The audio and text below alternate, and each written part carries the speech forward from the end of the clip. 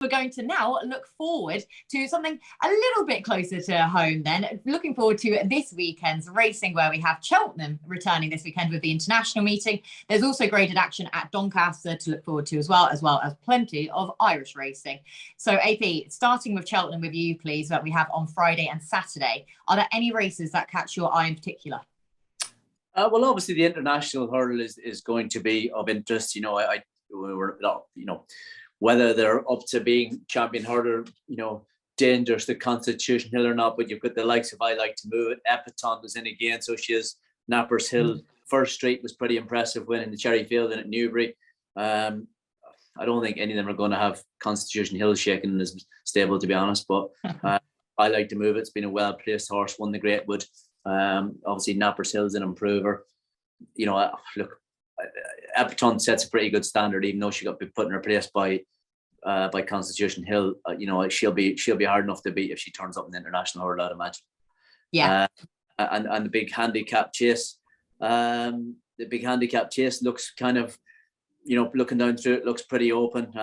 Again, the Skeltons have another horse, Midnight River, who obviously finished third at the November meeting. I think he'll be much better on this track, on the new track. I think he looked like he was a little slow away in November, and I think that this track will suit him much better. So I can see why he's going to be very well fancied. And they said they've won the big races the last 3 weekends. The horse that looks second favourite at the moment of Paul Nicholls is El Redoto. I wasn't sure if he was an out and out there, so I'm not sure this track will suit him better than the last track will. So I'd be inclined to look at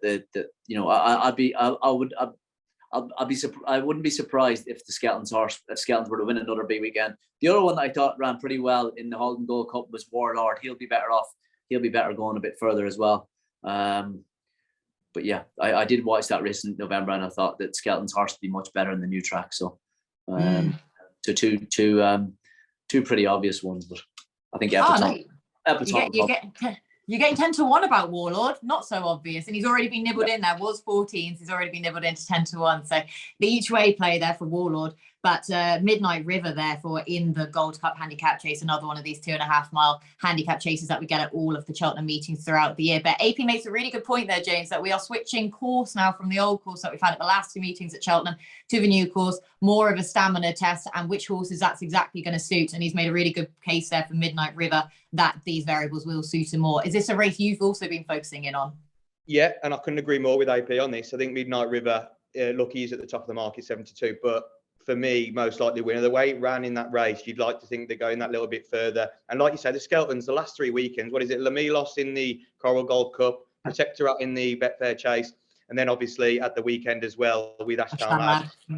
You would not be surprised if they had another winner on the Saturday, because they're absolutely going great guns, aren't they? And I think Midnight River is a cracking show. What's really interesting to me looking in that market is Horton Clause for Willie Mullins. If that does turn up and does go, at 10 to 1. He was a bit of a talking horse over the last few seasons. Probably hasn't produced what everyone thought he would in the grade ones, but off a mark of 152, dropping back, yes, he will be top weight, but if these are really graded horses, and he's a Willie Mullins horse, and Mullins doesn't send money over for this meeting, does he really? I just thought it was really interesting in the market, Horton Clause.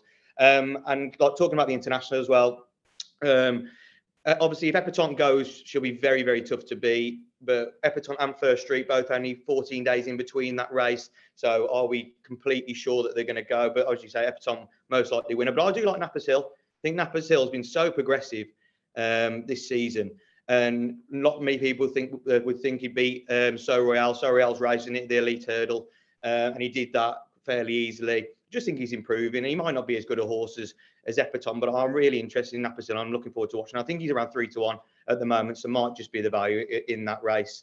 And just the last race I wanted to touch on was the John Durkin on Sunday.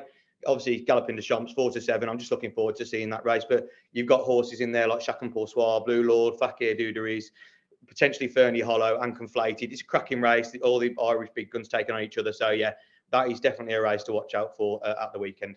Yeah, like you say, the Grade 1 action then on Sunday at Punchestown. It's going to be absolutely fascinating. AP, have you got any sort of Irish angles or any interest from the Irish perspective for the racing then at the weekend? Of course, we have that big race at Punchestown. JP has enough going for that race as well. Do you have any sort of look ahead to those Irish contests at all? Yeah, look, I presume Baka Dudari might run in that race. He's a pretty good, solid horse. He was, we won Grade Ones last year, Ascot and that. So he is a pretty smart horse. But everyone thinks that Galloping the Champ is the second coming. Whether you'd like to think that if he is, over this trip, he looks like he's got plenty of pace. I mean, I suppose a lot of people thought that he was going to rock up in a King George, and that was the obvious target. And he obviously, Willie had a mentor, and he took him out afterwards. I'd imagine he'll win the John Durkin. He's got Chatham Bassoir, Blue Lord, Fernie Hall, lots of his stable mates is danger, but he's the obvious one. Looking ahead to the Cheltenham Gold Cup, I know that he's a horse that is 1 over 3 miles of hurdle, whatever, but stamina in the Cheltenham Gold Cup is everything, and he has yet to prove that he has the stamina to go 3 miles too, and on the new course at Cheltenham is a fair task for any horse. So there'll be a lot of guessing on Tyndall. He's a very good horse, look, and the amount of horse that Willie Mullins have, the amount of champions, and he's the one they all talk about. So it'll be nice to watch him, and that's what we want in our sport. We want champions, and we want to see the best horses. And he, at the moment, if he's the best in Willie Mullins, then he's a pretty good horse, isn't he? Yeah, I was going to say. I'm not saying he is the best in Willie Mullins, by the way, because they got Fashal Vega and all that, but I'd say he's pretty high up on the list of very good horses there. Yeah, the fact that they keep mentioning him, they've cited him as their Gold Cup hope, basically. I mean, yeah, of all the ammunition that they have, that's pretty much putting the crown on his head, really, isn't it, for that? But yeah, so I mean, no doubt, if he goes and wins and bosses the John Durkin at the weekend, he'll probably shorten up even more so, therefore, for the Gold Cup. But as AP said, do just bear in mind that he hasn't fully proven his stamina yet. So whether or not you're watching out for that at Punchestown at the weekend might just be something still to bear in mind.